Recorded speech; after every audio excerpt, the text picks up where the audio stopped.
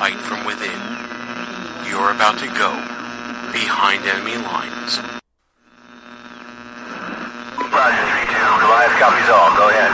Target is surrounded by multiple firms entering what appears to be a residential area.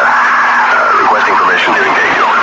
From the People's Republic of New York City, you're now going behind enemy lines with Gene Baradelli and Russ Gallo.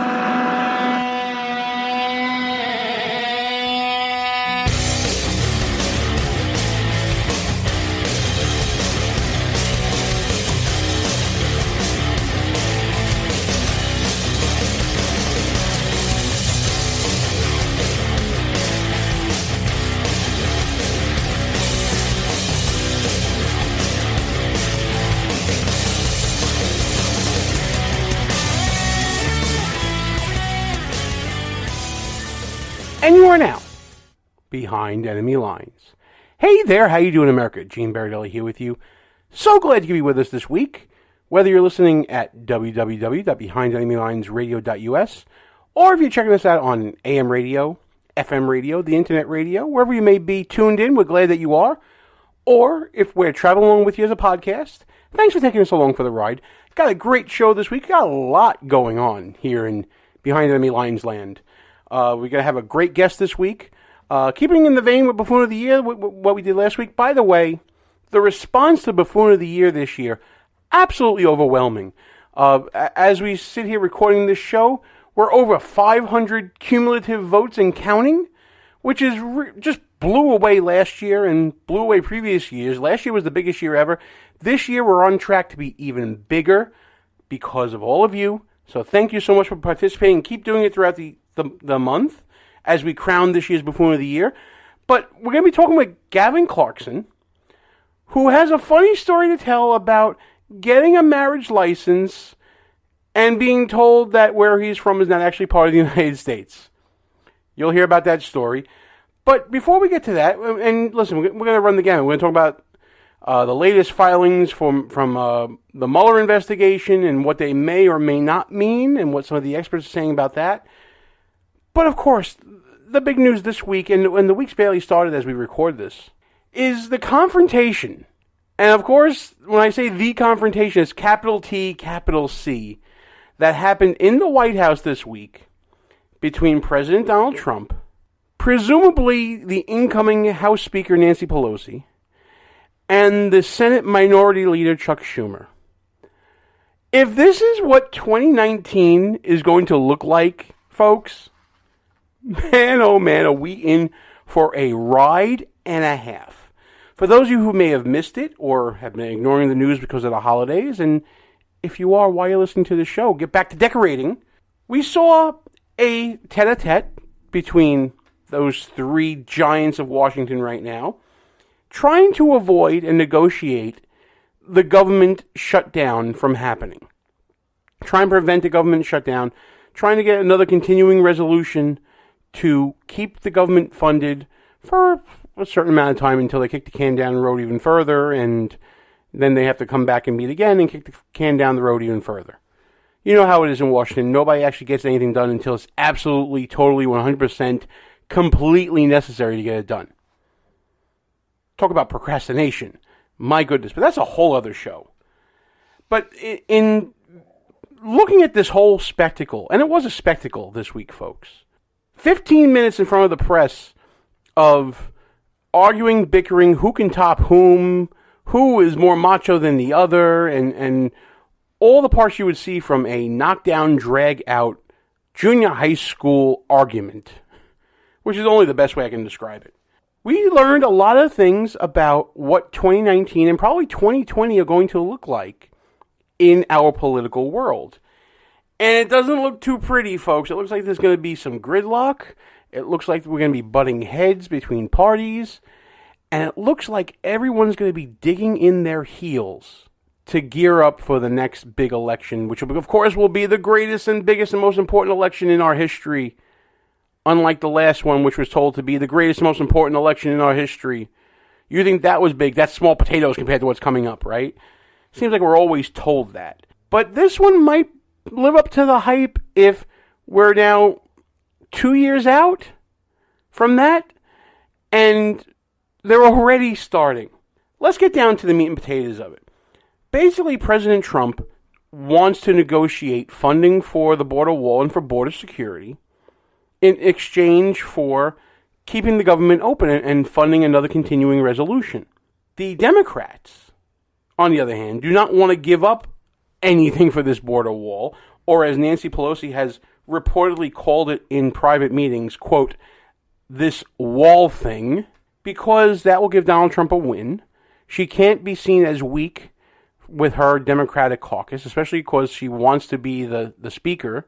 And there's been a little contention, as we've covered in other shows, as to whether or not that will actually happen or not. It looks like it's going to happen. It looks like, as predicted, the Democrats are going to get their ducks in rows, and they're going to vote down the line because she who controls the campaign fundraising ability controls the Democratic Party. But here we have Trump and Schumer and Pelosi all jabbing at each other in public.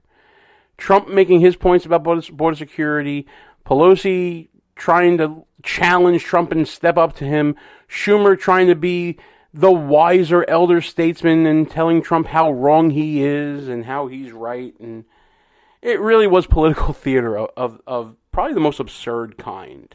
Trump comes out, though, in a good way, but it's definitely a split decision, folks, in my opinion. And you can send your cards and letters to, Behind Enemy Lines at www.behindenemylinesradio.us for me saying that. But this is a mixed bag. Positive for Donald Trump, he comes out strong on border security. As always, it's a main issue for his base. He comes out swinging on that, and he shows commitment to keeping that promise of building a wall and making sure that our borders are secure, especially in light of the recent news and events of the migrant caravan that was, quote-unquote, invading our border. So he comes out strong there. He also gets points for sticking up for, quote-unquote, the everyman. I'm going to be using quote-unquote a lot in this segment, folks, so get used to it. Trump comes off, as he always comes off, a man of and from the people. He may be a billionaire with a silver spoon born in his mouth and has had, wealth and luxury all his life and opulence, as we've seen, but he comes off as the everyman in the way that he communicates himself and presents himself. And that plays right into his base. So he is seen now as the scrappy, inarticulate defender of the public interest, in opposition to the superiors, as I'm going to call them, Nancy Pelosi and Chuck Schumer. They believe that they are above the fray. They believe that they are above this commonality of meetings in public with the press, and must we do this in public, and, they don't want to air their dirty laundry in front of the press. Must we do this here, Mr. President? Let's go and have a private meeting. When Donald Trump is saying this is called transparency and this is what we have to do in government, and all the stuff that your conservative base and your populist base want to hear. And to them, Trump comes off as a hero.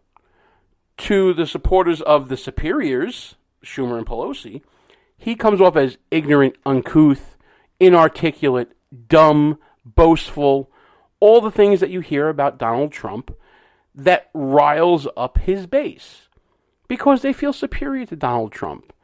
He doesn't have the sufficient breeding to be president of the United States. He doesn't have the sufficient temperament to be president of the United States. Look at him in comparison to Nancy Pelosi and Chuck Schumer. They are clearly smarter. They are clearly much more well-mannered. They have real class. It's kind of like what Macy Hirono was saying, Buffoon of the Year nominee, by the way. Let's see if she gets out of the second round. Cheap plug. But remember what Macy Hirono says, that people sometimes are turned off by the Democrats because we're just smarter than everybody else. We read the New York Times. We're up on current events. We believe in the UN and globalization. And America is bad for wanting to be exceptional and superior to the rest of the world.